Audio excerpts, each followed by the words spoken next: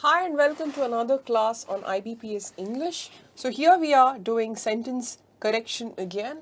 We wrapped up our class on sentence completion correction basics just a few minutes back.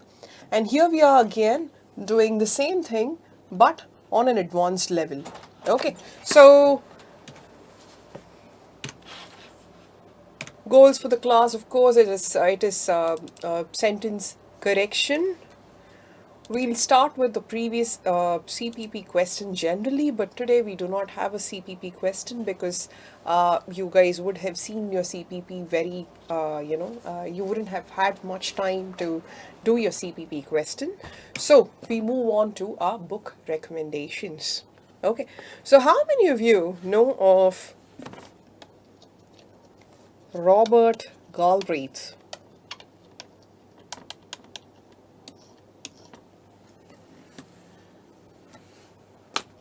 So if you are watching the video, please, comment. Good morning, Naveen and Abhinay. Are you still around? By the way, I also asked you a question. It's not a rhetorical question. I would expect answers, please. So who is Robert Galbraith? Anyone?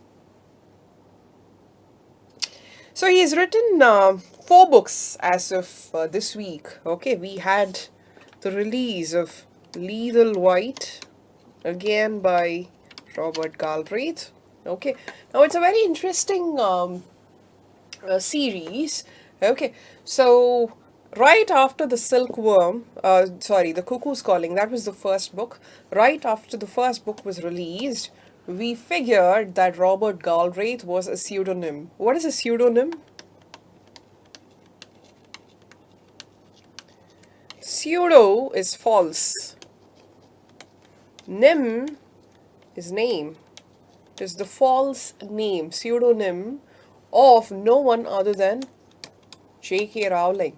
JKR. JKR is that iconic writer who gave us Harry Potter. Okay, so after the stupendous success of Harry Potter, she wrote one book called The Casual Vacancy,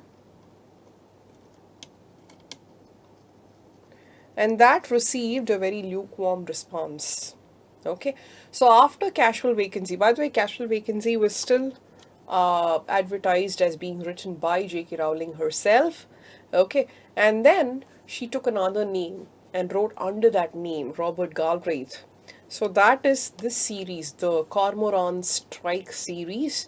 Okay, so if you forget the comparisons between the Harry Potter series and the Cormoran Strike series, I would like to say that just forget comparisons. It's nowhere as iconic as Harry Potter is. Forget that. It is a brilliant series all by itself, the Strike series. It's set in modern day London, okay, and it has a duo of detectives. One is Cormoran Strike, the other is Robin, okay. It is set in London, as I said, and they deal with murder mysteries. Okay, so it's a very good read if you are in the mood for whodunit series, and they're all pretty short reads. Okay, so as it is modern day London, you can also relate to it better. It's not fantasy, it's not set in other times. All right, so give it a shot, and we move on to our syllabus for the day. Okay, so as we saw in the previous class, your sentence correction is heavily dependent on basic grammar rules. Okay, so we had a quick refresher of sorts in the previous class. We studied comparison, we studied parallelism, and then we studied subject verb agreement. Now we go on to look into the details of Vicky Chowdhury says, "Good morning, ma'am." Hi, Vicky. Good morning. So, have you read the Cormoran Strike novels? Okay, I'll leave you to answer that. Um, then we come to pronoun errors. Okay, So pronoun is used in place of a noun. You know that, correct? So President Trump came to this state and he delivered a speech on fuel prices. Okay, so why do you use he to denote President Trump? It becomes very repetitive, mundane, and verbose if you keep saying President Trump did this, President Trump did this, blah, blah, blah, blah, blah. Correct? So, in order to cut down on repetition, we use pronouns. Okay? So, these are pronouns: I, me, you, us, we, they, them, it, she, he, him, her. And then there is also a set of reflexive pronouns. Okay, what are reflexive pronouns? Now remember that you cannot use reflexive pronouns if you haven't introduced them. I teach myself. Myself is a reflexive pronoun. What are the other reflexive pronouns that you've heard of? Himself, herself, their selves, themselves, ourselves. Okay, so anything with self or selves. Now, the basic rule with reflexive pronouns is that unless I've used I cannot bring in myself. Remember that. Okay, so people who keep saying myself, Deepa, I am a teacher, that is entirely wrong. Okay, so only if you have a noun, you can have a pronoun. Only if you have a pronoun, you can have a reflexive pronoun. Misplaced modifiers. We saw this in the wrap up of the previous class. Place the modifier as close as possible to what it modifies. Okay, parallel construction, we saw that. Parallelism. Tense. Okay, now in tense, I would like to deal with double past now. This is where we use had. Okay, we'll have a timeline. This is present. Okay, so this is the present, and if you are constructing a sentence that has not one but two incidents from the past, and those two happened in different time periods. Okay, so A happened at this time, and even before A happened, B happened. So if you look at the timeline, you're at the present, you're talking right now of something that happened during A and during B. Now, to denote that B happened first and then A, you mention that, I'm sorry, with the double past indicator, that's had. We'll look at an example now. I had been reading when the phone rang. So the phone rang is in simple past. Correct? Any problem there? So I am here, this is the present, when I'm telling you I had been reading when the phone rang. Okay, and then the phone rang is in simple past, that's your A. Okay, so this is the nearest past incident. What happened before the phone rang? I was reading. So in order to denote that first the reading happened, then the phone ringing happened, and then me telling you happens. Okay, in order to denote the timeline, we have something called the double past. Okay, so that is when had comes into the picture. Any problems here?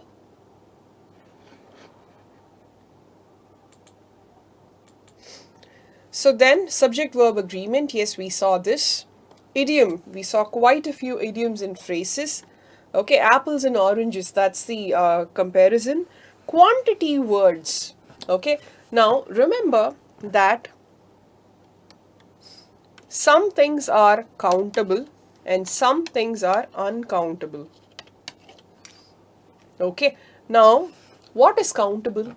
The number of shoes, the number of pairs of shoes that I own are countable. Okay, but the sugar in my coffee, that is not countable, correct? So there are a few words, quantity words that you can use with countable nouns, and certain words that you can use only with uncountable words. For example, I have a few pairs of shoes. I have a lot of sugar in my coffee, or less sugar in my coffee. Okay, so you cannot say I had very less number of students in my class today. That's wrong. I had very few students in my class today. Why? Because students, it's countable. Okay, so few and less. Many again is countable. The counterpart of that in the uncountable noun entity, that would be much. He won many awards for his performance in this iconic movie. The movie brought him much praise. Awards, number of awards, countable. Praise, not countable. Correct? So many versus much. Yes, Vicky? Are you there? Comparison again is something that we have seen already. So we move to, sorry, the process as to, this is a fine-tuned process, by the way.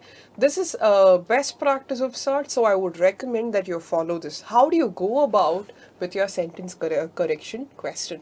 You have a question, okay? So first you read the sentence.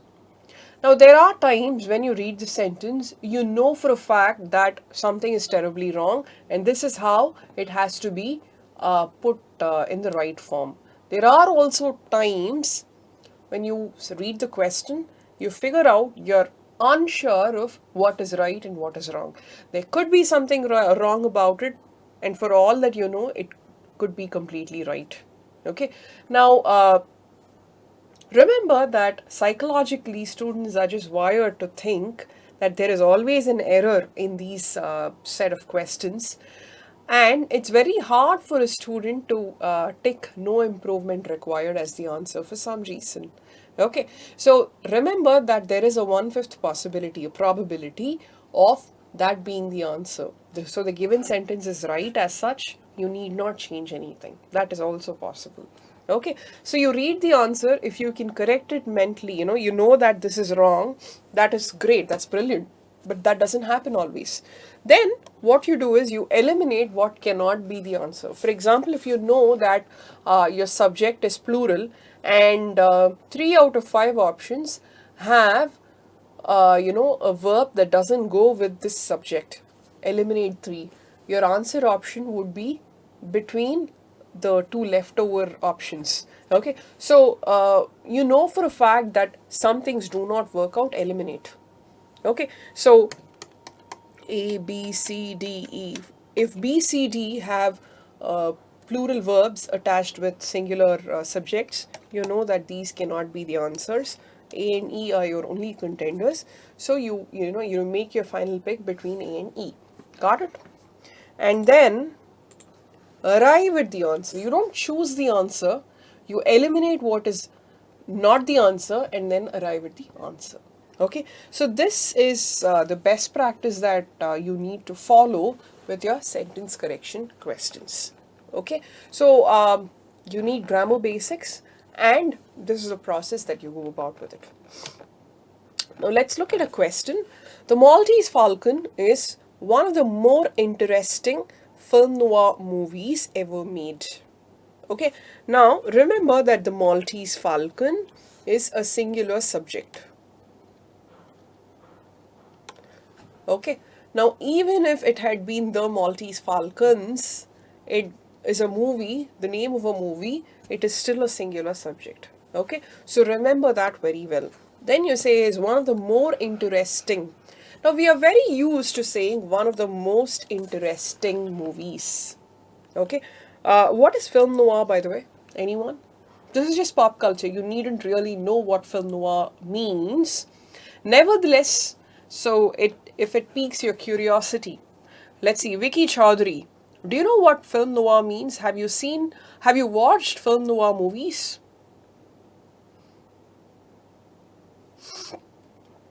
So film noir is typically a dark movie, okay, with certain elements like a detective of some sort, a femme fatale.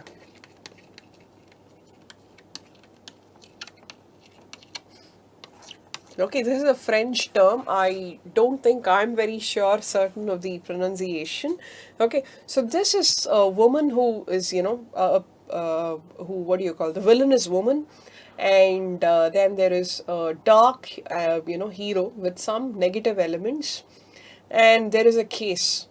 Okay, so this is the setting for film noir. Okay, it's a very, it's not a classic genre. It comes right after the classics era. Okay, and there are quite a few. I mean, the Maltese Falcon is there. Then there are other movies if you are interested.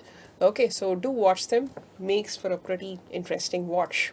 Okay, so forget that. One of the more interesting, is this wrong?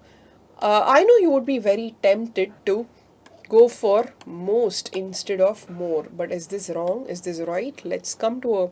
Okay, one of the most interesting is right, but does it need improvement in the first place? Okay, let's look at the other options.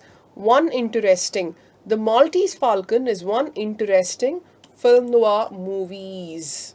Now, if you have one interesting, then you should have movie and not movies, correct? So for this, for this reason, I eliminate B. Then look at C. You plug this here. The Maltese Falcon is the most interesting film noir movies. Again, the most interesting singular, and you have movies here. So I eliminate this as well. Look at this. The interesting, again, it is singular, and then I have movies here. Okay, so you are left with A and then E. Okay, now the question that you need to ask yourself is A right or wrong? It is right, by the way. It is one of the most interesting film noir movies ever made. But you also need to ask yourself, is there any requirement for an improvement? The answer is no. You can still say one of the better known movies from the stables of Mani Ratnam is Iruvar. Okay, so you get the idea, right? You're not talking about one of the best, you're talking about one of the better movies. It is still right. Okay, similarly, one of the more interesting, that is absolutely right. It does not require any improvement. So the answer here is E. Any problem here? Vicky Chaudhary? So with that, we come to the previous contest question. I came up with a Game of Thrones reference to make it a little, appealing to a young audience like you. Okay, so how many of you watch Game of Thrones? Now look at this. Jon Snow turned out to be the dash to the Iron Throne. Okay, so you have two here, and you need something that fits in with two. Okay, and then you have some throne of some sort. Okay, so it kind of means that he is the one who is suitable to take the throne. Correct? Sole dictator. Okay, turned out to be the sole dictator to the Iron Throne. If I were to use dictator, number one, it doesn't make any sense. There is a throne, there is a dictator, and then there is two. Typically, dictator and throne do not go hand in hand. It's not a contextual correctness there. Then there is only survivor. A survivor and throne, it doesn't make any contextual sense again. Survivor is typically, hey, you know what? He survived the Hiroshima bomb blast. He survived the Kerala floods.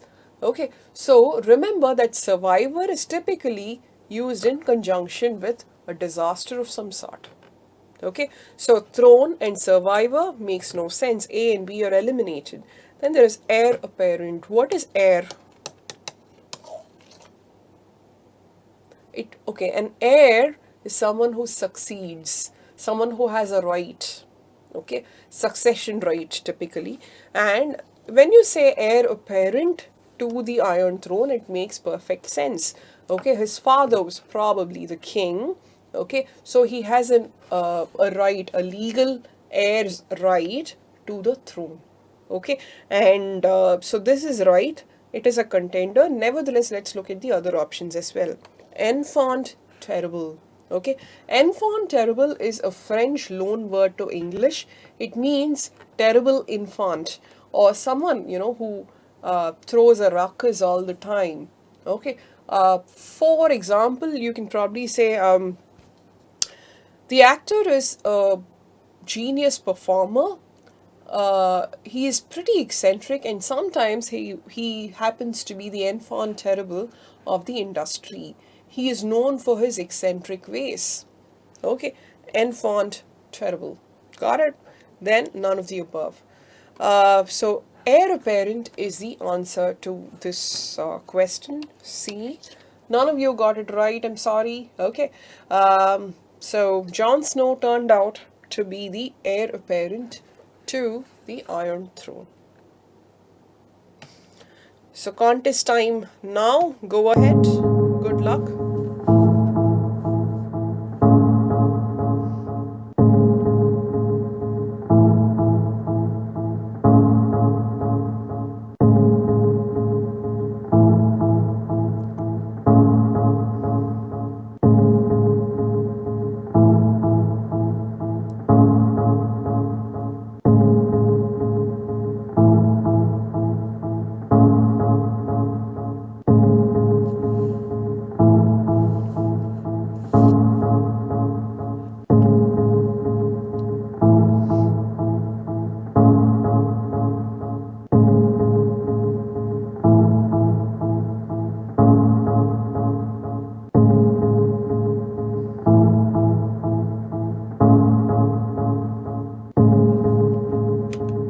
So I hope you had a good run with the contest question. I don't see any answers yet though. Vicky, what are you doing? Are you finding the contest question very difficult? Nevertheless, let's look at it later, the contest question. Let's look at this question of sentence correction. Parents should be raising their sons the way they do, comma, their daughters. Okay. Is something wrong here with this particular question? I'm comparing, by the way. So, what am I comparing? Raising their sons, raising their daughters. But there is a verb here. I don't find the same verb here. Instead, I have do. As they do their daughters. So, look at this. The way they do with their daughters. With their daughters and raising their sons. You are comparing apples and oranges. Correct? Then, the way they raise their daughters. Now, look at this. Parents should be raising their sons the way they raise their daughters. This is right. There is absolutely no problem with that. Parents should be raising their sons the ways they use to raise their daughters. It is not the ways, it is the way only. Contextually, the way they raise their daughters is what makes sense. For that reason, I'm eliminating C. Any problem? Now, same issue here as well. The same ways as they raise their daughters. Eliminate. It is same way. That's it. Okay. Then there is no improvement required. Now tell me, is there something wrong with the question, the given sentence as such? So your options lie between B and E. Correct? If you need an improvement, you go with B. If you say that you do not need an improvement at all, you stick with E. Right? The given sentence is actually right as such. It is just that a lot of people do not use this form of phrasing sentences. Parents should be raising their sons the way they do their daughters. The do here refers to raise. It's an action, correct? Raising is an action. The do here refers to that. Their daughters, their sons. So you should read it this way, register it this way. Parents should be raising their sons the way they raise their daughters. Got it? This is right as such. So E is the answer. Any problem? We go to the next sentence. It's something very similar to what we've seen in the previous example. Now, I've chosen this because I see that quite a few of you make mistakes with this particular series. Okay, my mother makes as much money as does my father. Now, you might argue that, as does my father probably does not sound right. How many of you think it's wrong? Okay, how would you phrase this sentence? My mother makes as much money as my father does. It is right, no one is saying no. Then, my mother makes as much money as my father makes. That is also right, but I cannot say my mother makes as much money as makes my father. Correct? Why? Make is a transitive verb. What is a transitive verb? It is a verb that needs an object. For example, as I said, make is a transitive verb, correct? What do I make? If I have I make, I like, I recommend, all of these verbs need an object of some sort. Correct? You cannot put a full stop here. Look at this. I walk. I can have a full stop here. This is still right, grammatically correct. But I cannot say I like and have a full stop here. It's wrong. I like what comes into the picture. So I need an object there. Correct? These are transitive verbs. These are verbs that need an object to complete them. Correct? I make what? I like books. I like reading. I make great videos. I recommend my own videos. Okay? So the object is mandatory in these cases. Okay? So make is an example of that. That is why as makes my father makes no sense. It means that the father is being made. Makes no contextual sense, correct? Now let's look at the options. My mother makes as much money as my father. Now, if you go with A, then you are not comparing apples with apples. Okay? Rule number 1, rule numero uno with comparison. You compare only comparable entities. Correct? So you cannot say my mother makes as much money as my father. If you have a verb here, you need a verb here as well. And you don't have a verb here, so I eliminate this. Like my father does. Now, as much as, you should always have an as to finish this. As much as, I like you as much as I like my mother. I make as much money as does my friend. Okay, so here you have as, so like doesn't fit in here. Wrong. Makes my father, as I said, that was the initial debate. This is wrong because makes does not make any sense. Makes my father, meaning father is being made, makes no sense. Now look at this, my father does. My mother makes as much money, my father does. So you don't have as, eliminate. Okay, now you're left only with E, and to tell you the truth, E is right. The given sentence is right as such. Now you can phrase this sentence this way also. My mother makes as much money as my father does,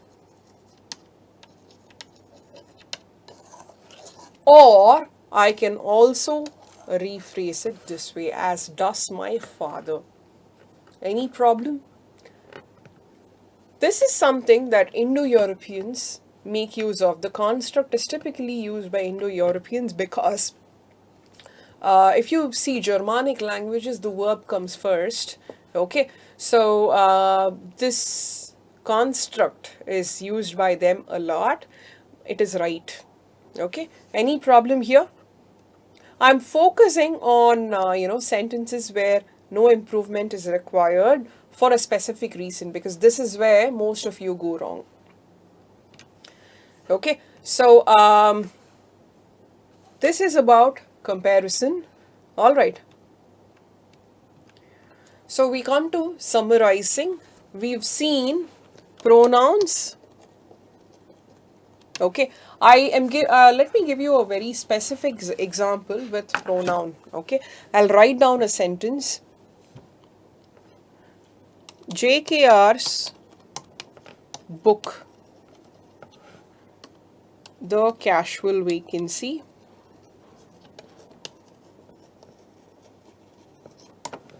was not received very well.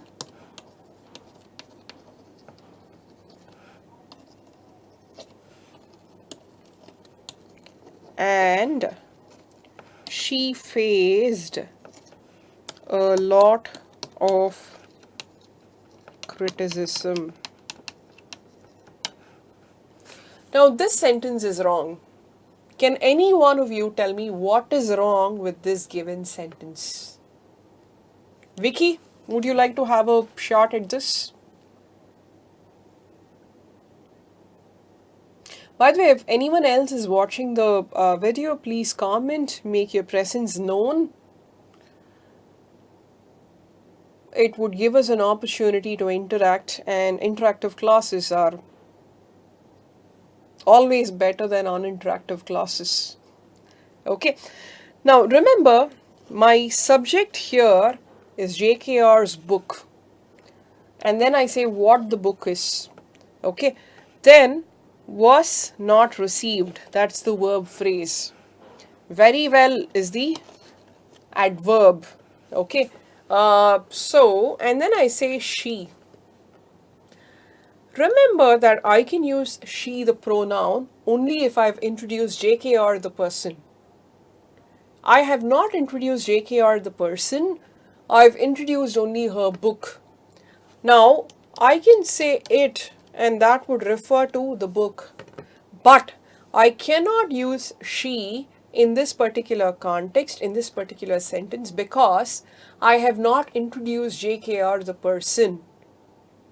Okay, so this sentence is entirely wrong, although we make use of this construct very often. Okay, I'm guilty as charged as well. Okay, so the grammar rule here is, if you do not introduce a noun, you cannot use the respective pronoun. Got it? Any problem there? So we have looked at parallelism in our examples. Okay, now remember that subject, if you use more than one and then you conjugate, subjects will have to be in parallel. The verbs will also have to be in parallel. So that's a two-stop check for you. Check for subject, check for verb as well. Okay, the predicate, the object can be whatever you choose. She makes a living out of teaching, and he teaches law. That is still all right, because the verb and the subjects, the verbs, the respective verbs, the respective subjects are completely in sync with each other. Okay, so what matters is the mandatory parts. The subject and the verbs will have to be in sync, in parallel with each other. Okay, and then comparison, as I said, is something that you derive from parallelism. Like JKR, or 1 minute, sorry.